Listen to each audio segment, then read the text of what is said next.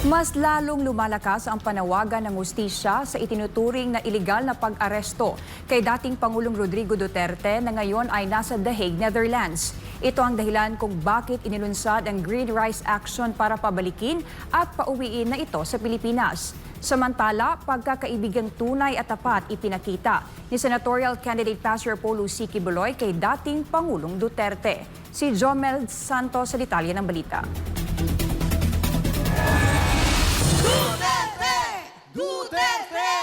Muling ipinakita ng mga Dabawenyo ang kanilang pagmamahal kay dating Pangulong Rodrigo Duterte sa paglulunsad ng Green Rice Action, isang pagkilos na nagpapalakas sa panawagan ng hustisya at paninindigan para sa dating Pangulo para pabalikin at pauwiin na ito sa Pilipinas.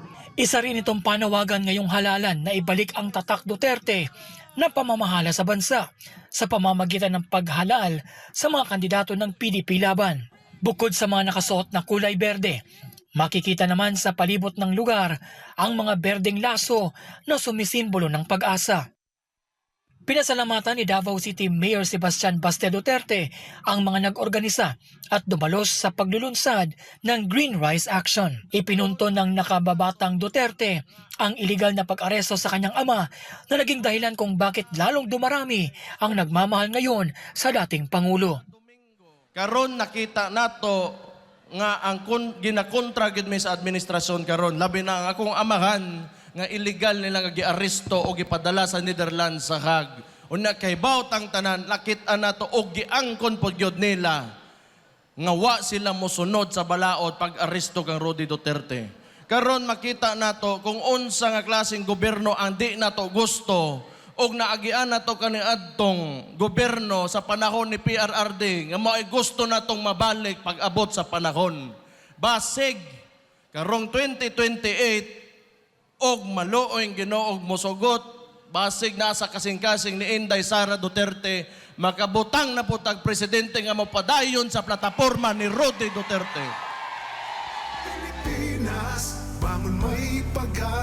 Nagpayag naman ng suporta ang ilan sa mga senatorial candidate ng PDP laban at tiginit nilang panahon na para wakasan ang maling pamamahala ng kasalukuyang administrasyon. Bakit hahatulan mo ang programa ng isang naging Pangulo base sa dami ng namatay na tao? Bakit hindi mo ibase yung programa kung ilang tao ang na-benefit? Ilang milyong tao ang nasave ni Pangulong Duterte laban sa droga?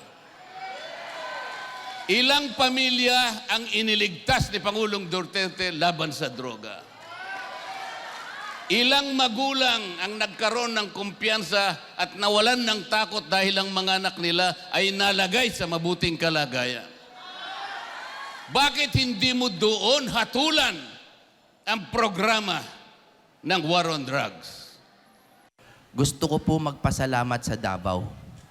Gusto ko po magpasalamat kay Tatay Digong, kay VP Sara at sa lahat ng mga Duterte, kay Mayor Baste for putting this up.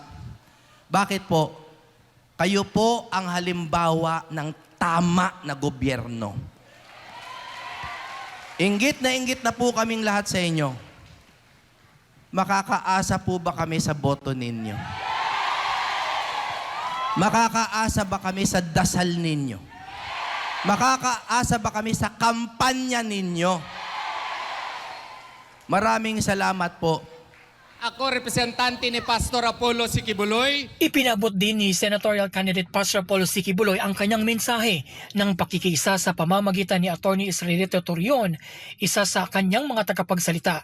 Binigyan din ito ang tunay na pagkakaibigan ni na Pastor Quiboloy at dating Pangulong Duterte na isang halimbawa ng pagkakaibigang walang iwanan.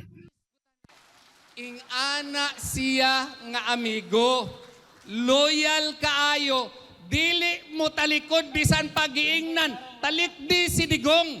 Kay suportaan ka namo, tanggalo namo ang suspension sa SMNI, tanggalo namo nang imuhang kaso. Gidawat ba na ni Pastor? Wala. Tungod kay si Pastor, tinuod nga amigo. karong panahon na akong mga kaigsunan, pareho manggitang taga Davao. Gikinahanglan nato ang mga senador nga dili mapalit, dili madala sa intriga, dili gyud mo baliktad. Kay pangtanawa tong mga dipangtabangan sa atong pinalanggang Tatay Digong, tuanas pikas. Magiging lingguhan na ang nasabing pagtitipon hanggang sa makauwi ang dating Pangulo sa bansa. Malayang ipinahayag ng mga Davaoenyo ang kanilang mga hinaing, panawagan at mensahe. Bukod dito, iba't ibang pagtatanghal naman ang ipinakita ng mga nagmamahal kay dating Pangulong Duterte.